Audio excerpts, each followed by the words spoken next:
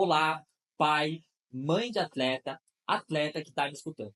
Eu tomei a liberdade de gravar essa sequência de aulas para conscientizar todos vocês a respeito do trabalho extra-clube, que é aquele trabalho que é feito por fora das atividades do clube, que são os treinos, os jogos. Hoje os meninos sub-15 em diante, sub-14 também, fazem treinos específicos no clube ou escolinha todos os dias, jogam ao final de semana, e o trabalho extra-clube é aquele que tem a característica complementar, que ele faz por fora do clube na intenção de complementar a sua preparação. E aí se encaixa o treino de força, de velocidade, de potência, seja o NIC, o personal soccer, a fisioterapia, enfim.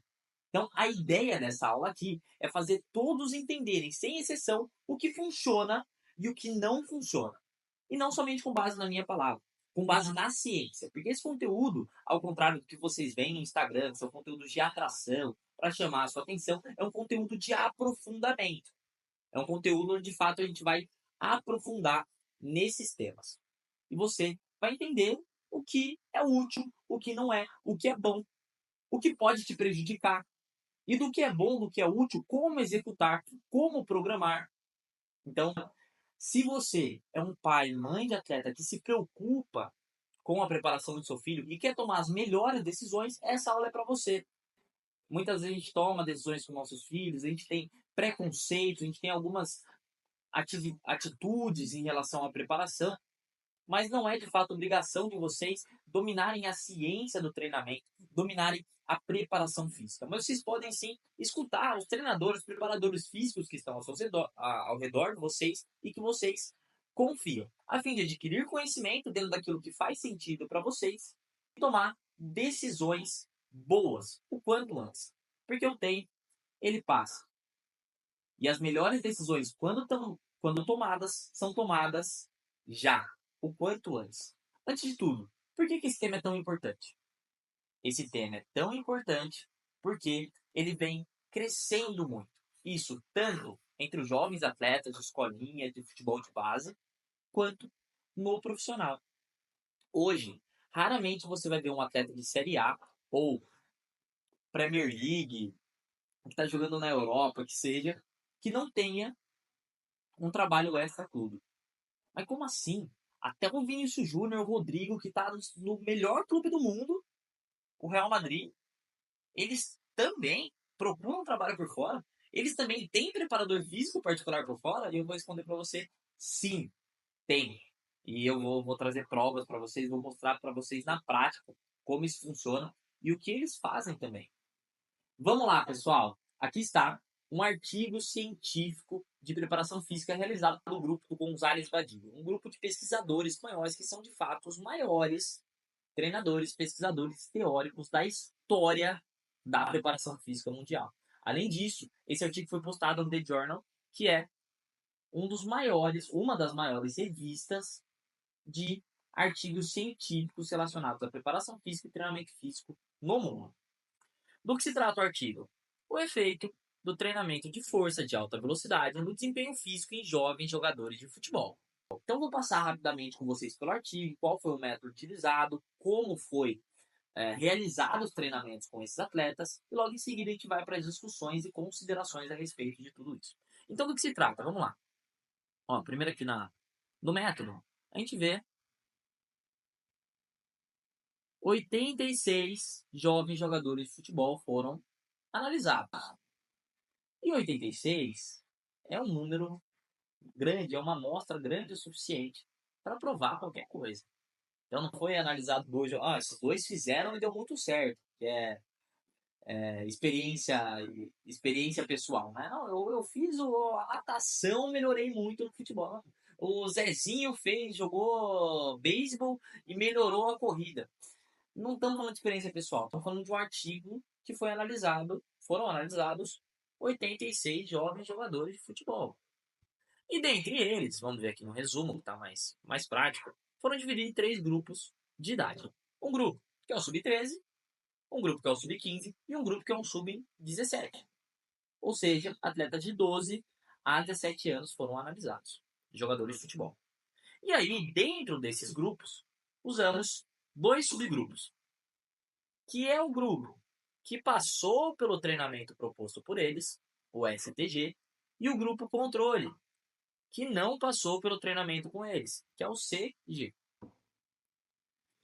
E aí rolou um programa de força com esses atletas. Mas antes de falar sobre o programa de força, vale a pena falar sobre a situação em que esses atletas estavam inseridos. Então, os atletas eram jogadores de futebol e todos, sem exceção, seja o grupo que participou do treinamento proposto e o grupo que não participou, estavam realizando 4 sessões de treinamento de futebol, que não é qualquer treinamento, tá? Treinamentos de 2 horas, que incluiu várias atividades de habilidades de diferentes intensidades, jogos, né, os mini-jogos reduzidos, 20 minutos de jogo contínuo em cada dia, ou treinamento intervalado de alta intensidade. Então, a gente está falando de 4 treinos muito intensos, de 2 horas, é um volume absurdo, tá? E de treino, né? De função tática, de porrada, de jogo reduzido, de coletivo, de intervalado de alta intensidade. São todos, passavam por 4 treinos na semana e um amistoso por semana. Todos, sem exceção, estavam com essa carga de treino, do sub-12 ao sub-17. Será que é muito? Será que é pouco? Ah, se está muito cansativo, minha rotina está muito pegada, está muito difícil e tal, o que eu vou fazer? Calma, calma. A gente vai debater sobre isso. Mas vamos lá. E aí, o que aconteceu? Eles treinaram 6 semanas. O grupo que fez o programa de treinamento, além desses 4 treinos mais o amistoso, fez 6 semanas de treinamento de força de alta velocidade. E como é que foi? Além desses 4 treinos mais o amistoso, eles faziam 2 treinos de treinamento de força de alta velocidade por semana. E isso por 6 semanas. Então, além desses treinos específicos de clube, eles encaixaram os 2 treinos extra-clube. Nossa, muita coisa, porque eles têm o treino de campo, eles têm os jogos e eles ainda vão fazer mais um treino de força, mas calma. Esses treinos de força, eles não foram para musculação fazer 3 de 12. Eles não foram fazer treino até a falha. Eles não foram pegar 120 quilos no agachamento e fazer até a perna bombar, e encher de fadiga e tal, porque é no pain, alguém não. Eles foram treinar com inteligência. Eles foram treinar com conceito. Utilizaram agachamento completo de peso livre. De novo ele. Tá? Quem é atleta nosso entendeu a ironia. Então, agachamento completo de peso livre. Intensidade baixa a moderada, de 45% a 60%. E volume trabalhado de forma baixa, de 5 a 10% na queda na velocidade. Você entendeu? Um treino até a falha exaustiva é 100%. Eles trabalharam de 5 a 10% na queda da maior velocidade da sessão. Tá bom? Além disso, fizeram saltos de máxima intensidade, com muita aplicação de força, muita velocidade, estimulando o ciclo de alongamento e curtamento, alguns sprints e mudança de direção. Essas sessões duravam, em média, 35 minutos. Então, pô, tô com 4 treinos na semana, tô com um jogo, tá muito pegado. O seu treinamento extra clube não precisa ser exaustivo. Calma, a gente vai entender. Fizeram treinos de no máximo 35 minutos. 35 minutos de treino, cargas baixas a moderadas e volume baixo, volume controlado de agachamento, saltos e sprints, que são exercícios de ativação neural, aquele treinamento neuromuscular para força, velocidade e potência. Então aqui está um pouco sobre o método de treinamento. E vamos entender o que aconteceu. Um grupo participou desse programa de treino juntamente às atividades de campo. Então tinham as atividades de campo e os 2 treinos. E o outro grupo ficou somente com as atividades de campo. E aí, o que você acha que aconteceu? Será que esses caras que fizeram o treinamento de força ficaram extremamente fadigados, cansados e perderam o desempenho? Será que esses caras que estão com treino de campo de 2 horas e jogo, eles evoluíram as capacidades? Porque, nossa, eles estão treinando muito. No campo, tá tendo 2 horas de treino. Será que eles melhoraram? Será que pioraram? Se pioraram, por quê? E se melhoraram, por quê? Quem melhorou mais? Se melhorou? Quem piorou mais, se piorou? Então, vamos direto para os resultados. Após a intervenção do treinamento, o grupo que fez o treinamento proposto mostraram melhorias significativas na força máxima, altura de salto e tempo de sprint. Enquanto nenhum ganho significativo foi encontrado para qualquer variável no grupo que somente fez o trabalho de campo. Eu vou mostrar mais. E muitos desses testes, eles pioraram. Vamos lá. Sub-13. Olha que beleza. Aqui tá. Vamos analisar três, vai. Vamos analisar o tempo de sprint de 10 metros, tempo de sprint 20 metros, o salto com contramovimento, potência e 1 RM. Então a gente está falando de 1 RM força, quantidade de peso que o cara aumenta, que o cara levanta, que o cara pode suportar para uma única repetição. O salto, potência para mudança de direção, para explosão e a velocidade, para ações de aceleração, para ganhar na velocidade ali, para defender, para atacar, ações determinantes dentro do jogo. Essas são ações determinantes dentro do jogo.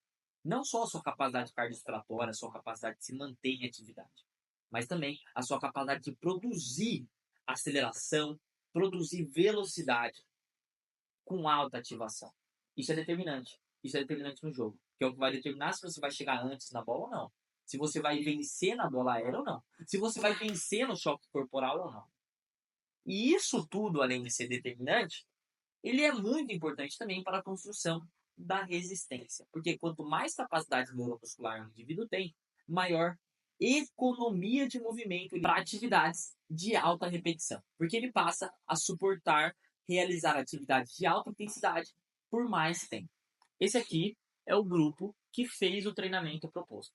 Onde eles fizeram uma avaliação pré-treinamento e pós-treinamento, após aquelas 6 semanas que eu falei. Nessa avaliação pré, eles bateram 1.9. O tempo de sprint, né? O tempo que ele percorre esses 10 metros. E no pós, eles melhoraram, batendo 1.84. Para quem não está por dentro desses resultados, em 6 semanas, é um excelente resultado.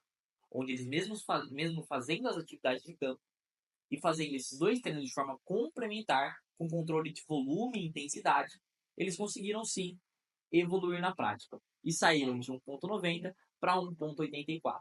Quanto menor o tempo de sprint para a mesma metragem, melhor. 20 metros? Opa, tem melhora também. Saíram de 3.38 para 3.29. Salto com contramovimento, será? De 26.6 para 29.8. 1 RM, será que melhora? De 38.6 para 57.2. Então é uma baita evolução. Isso aqui é um sucesso no programa de treino. Então, isso para o sub-13. E o grupo que não realizou o treinamento proposto? No sprint, de 1.86 para 1.89. Eles pioraram. Somente com o treino no clube, somente com o treino com bola, os 4 treinos mais amistosos, pioraram. Nos 10 metros. Nos 20 metros pioraram também. No salto com contramovimento pioraram, porque antes saltavam 28, agora estão saltando 27. E melhoraram apenas no teste de 1 RM. E aí? Ah, se ele fazer um treino de força, ele vai cansar, vai piorar, vai ficar cansado, vai lesionar. Vai sim, se você não souber fazer. Agora, se você souber, você vai evoluir. Ah, não, mas eu não concordo. Eu vou ficar só com treino de campo, porque lá no campo ele tem tudo que ele precisa, ele já corre, ele já muda de direção. Será? Porque lá no campo, ele tem atividade exaustiva de 2 horas, onde o volume é muito alto, ele não consegue ter a maior aplicação de velocidade, força e potência.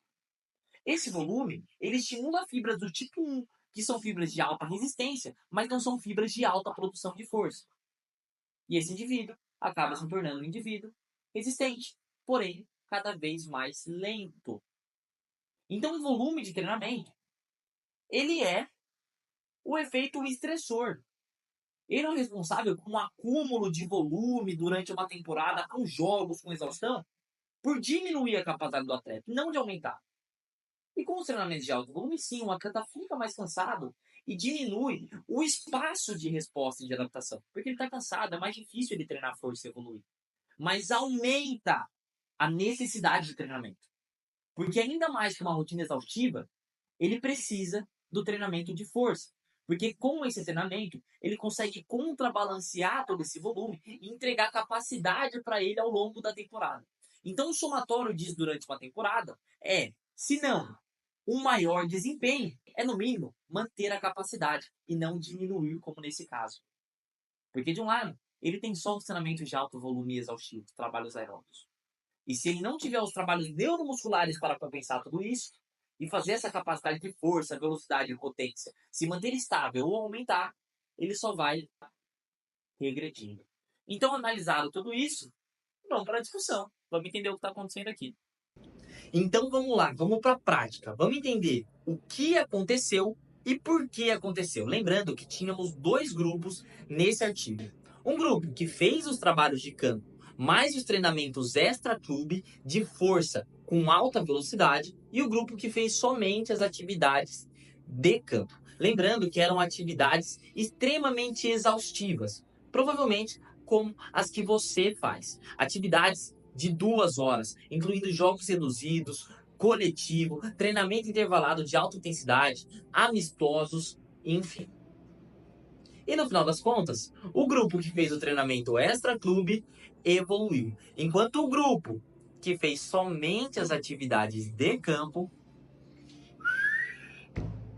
regrediu, perdeu capacidade, perdeu desempenho. Isso ao longo de uma temporada inteira, provavelmente perderia mais e correria grandes riscos de ter alguma lesão. Mas por que isso acontece? Essa é a pergunta. A olho nu, a análise do pai e do atleta pode ser a seguinte: eu já estou trabalhando o suficiente no campo. Estou tendo estímulo suficiente no campo porque eu estou com trabalhos extremamente exaustivos de mais de 2 horas. Então, eu não preciso fazer mais um trabalho à parte. Eu não preciso fazer mais um trabalho extra-clube.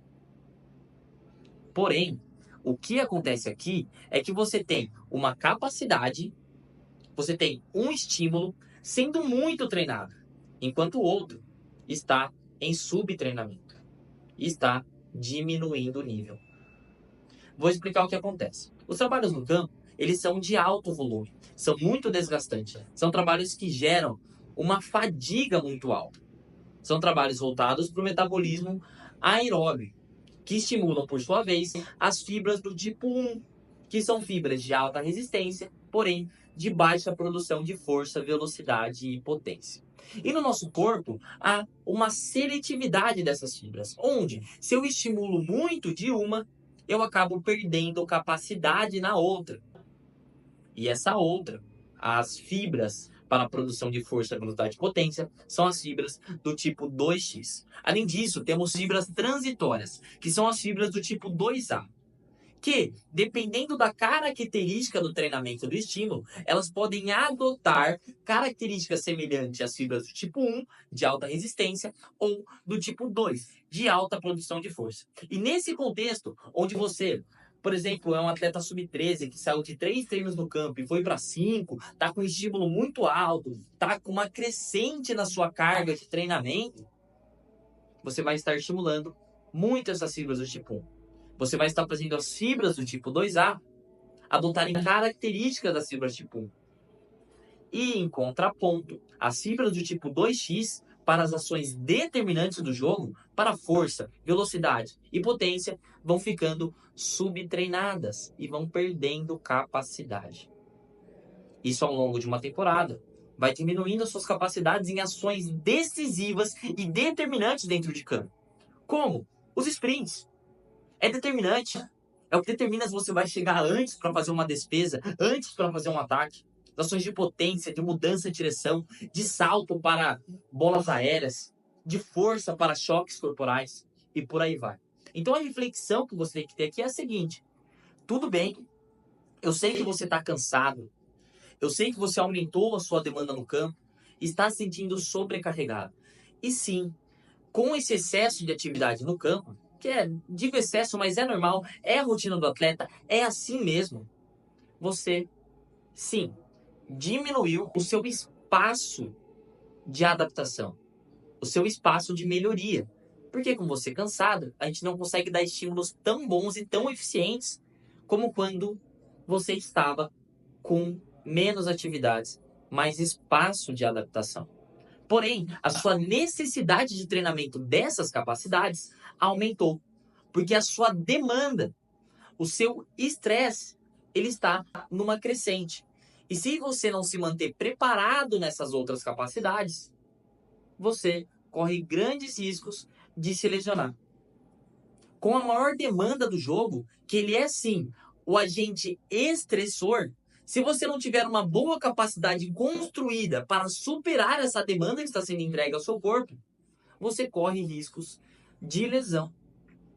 Sua capacidade vai caindo naquilo que é determinante para o seu jogo. Isso te prejudica em vários âmbitos. Mas não é de qualquer forma que você deve treinar.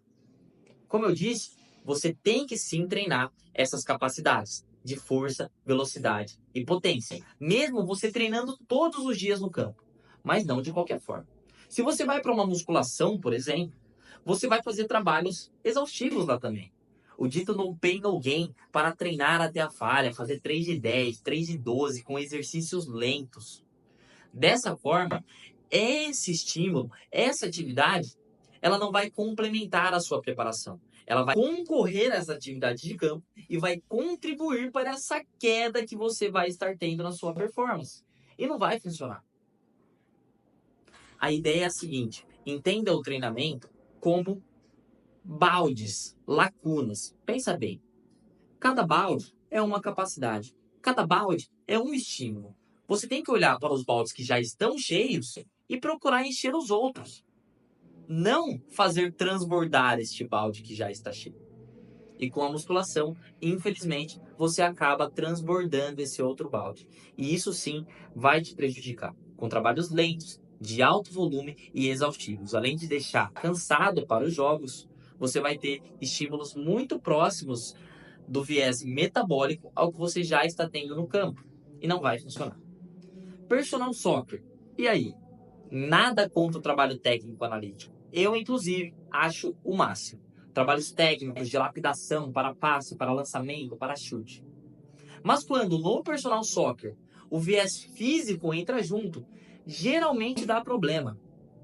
Porque a ideia central, a cultura criada nisso, é de deixar o atleta morto. E vira quase que um show. Eu quero um personal, eu quero mostrar pro pai, pro atleta, que eu consigo deixar ele cansado e é isso que vai evoluir ele. Quem disse? Quem disse? Vamos recapitular o artigo? O que foi realizado foram treinamentos de força com alta velocidade, com exercícios que promovem alta transferência, como o agachamento profundo, os pliométricos, sprint com mudança de direção, que não é você fazer até a morte. Faziam descansavam longo, com controle de volume. Trabalharam com cargas leves a moderadas, de 45% a 60% de 1 RM, e trabalharam com volume baixo, de 5 a 10% de queda da maior velocidade da sessão.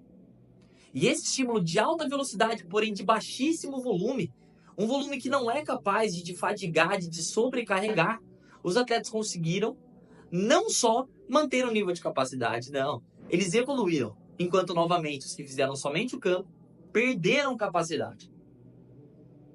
Essa análise que você precisa ter.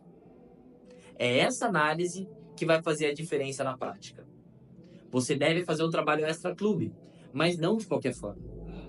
Aqui na Unic, da forma como fazemos, com controle, com monitoramento, analisando seu salto pré-treino, acompanhando as suas respostas psicométricas para ver como você está para essa sessão, acompanhando o seu desenvolvimento no treinamento por meio da velocidade de execução, por meio da queda de velocidade, para entregar para você, com base em dados reais, aquilo que o seu corpo realmente precisa para evoluir com o menor custo físico. Aquilo que o seu corpo realmente está disposto a responder de forma positiva e não negativa. E para que seja de fato complementar e não concorrente. Como muitos que se vê por aí. Ah, vou fazer o extra clube, vai pro funcional, bate corda, corre de um lado pro outro, pula na caixa 100 vezes. Não vai funcionar. Não vai. Essas são as análises que o atleta precisa ter. Você precisa procurar, atleta, um trabalho que vá complementar e não concorrer. E se você está passando por isso e está me assistindo, vale a pena essa reflexão. Chega nos nossos treinadores, conversa com ele.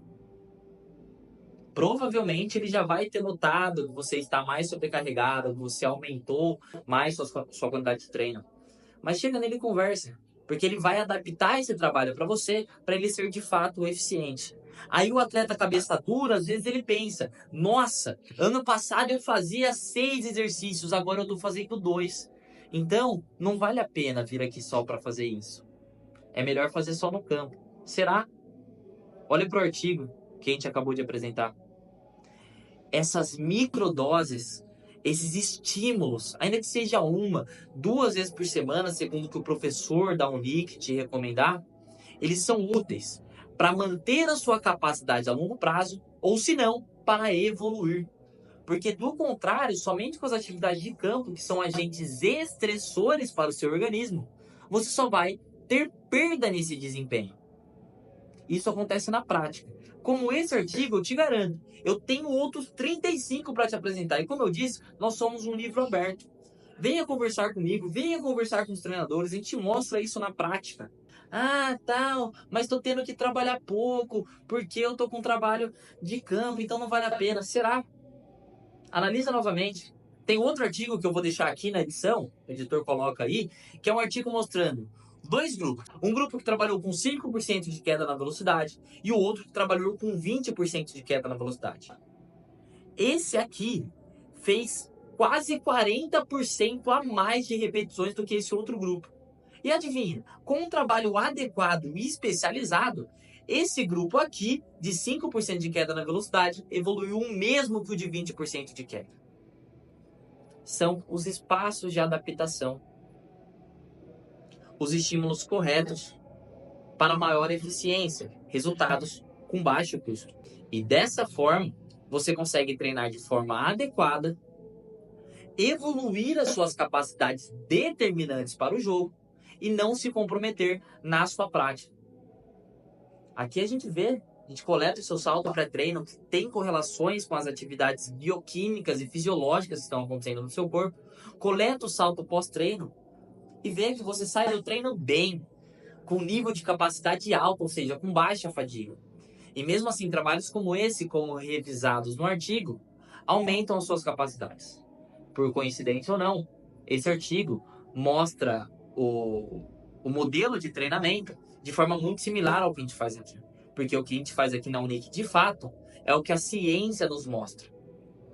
A gente procura trazer e traz aquilo que é de melhor no cenário da preparação física mundial, com base em muito estudo, com base em muita prática. E tudo isso, atleta, eu não estou te dizendo porque eu quero defender o nosso método, levantar uma bandeira. Por quê? Se o atleta precisasse de algum outro estímulo para a sua preparação global, algo que fosse influenciar de forma positiva no desempenho, seria isso que faríamos. Porque, como eu sempre digo, não é um atleta que se adapta ao nosso método. O nosso método se adapta ao atleta, porque o nosso objetivo não é levantar bandeira e torcer para um método de treinamento que acreditamos. O nosso objetivo é o desenvolvimento do atleta. E trabalhamos para isso. O nosso foco aqui é te entregar tudo que você precisa para evoluir dentro de campo. E por isso, parei no meu tempo aqui. Hoje é sexta-feira, é feriado, eu estou gravando essas aulas para vocês entenderem na prática como funciona e por que fazemos esse tipo de trabalho com os atletas que têm atividades no campo, que têm atividades no clube, e por que acreditamos tanto que elas funcionam para o seu melhor desempenho, para os seus resultados, para os seus objetivos. Então é basicamente isso. Pense na sua preparação como um grande tabuleiro, onde cada peça precisa ser encaixada de forma muito estratégica para que você seja formado de forma global e tenha maiores resultados dentro de campo.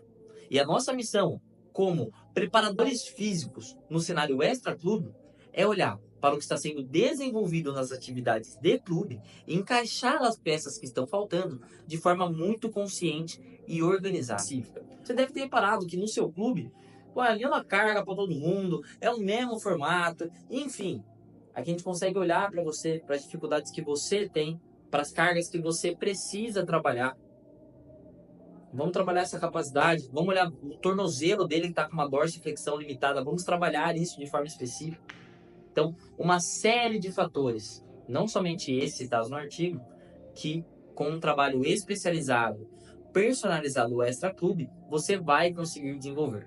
Por isso que os maiores atletas do mundo, como Vinícius Júnior, Rodrigo, etc., fazem um trabalho Extra Clube. E é muito difícil achar um atleta que está no nível de elite que não faça um trabalho Extra Clube como esse. E o que eles fazem é algo muito parecido. É olhar para esses baldes que estão faltando e enchê-los de forma gradativa e inteligente, para maior repercussão positiva dentro do campo e evitando os efeitos negativos de estresse do treinamento, para maior eficiência. E é sobre isso que eu vim falar. Então, se você, atleta, que ainda não é da Unic, tem atividades no campo e quer se preparar para maiores resultados, quer fazer o algo a mais, aqui é o seu lugar. Se você é um ex-atleta que deu um tempo nos treinamentos, porque aumentou a quantidade de treino e você está querendo se adaptar, tudo bem, pode fazer essa adaptação, mas não perca tempo. Volte o quanto antes para você dar continuidade no seu processo de preparação. E para você que já é o nosso atleta e está passando por isso, o recado está dado. Continue conosco e rumo ao alto nível. Até mais.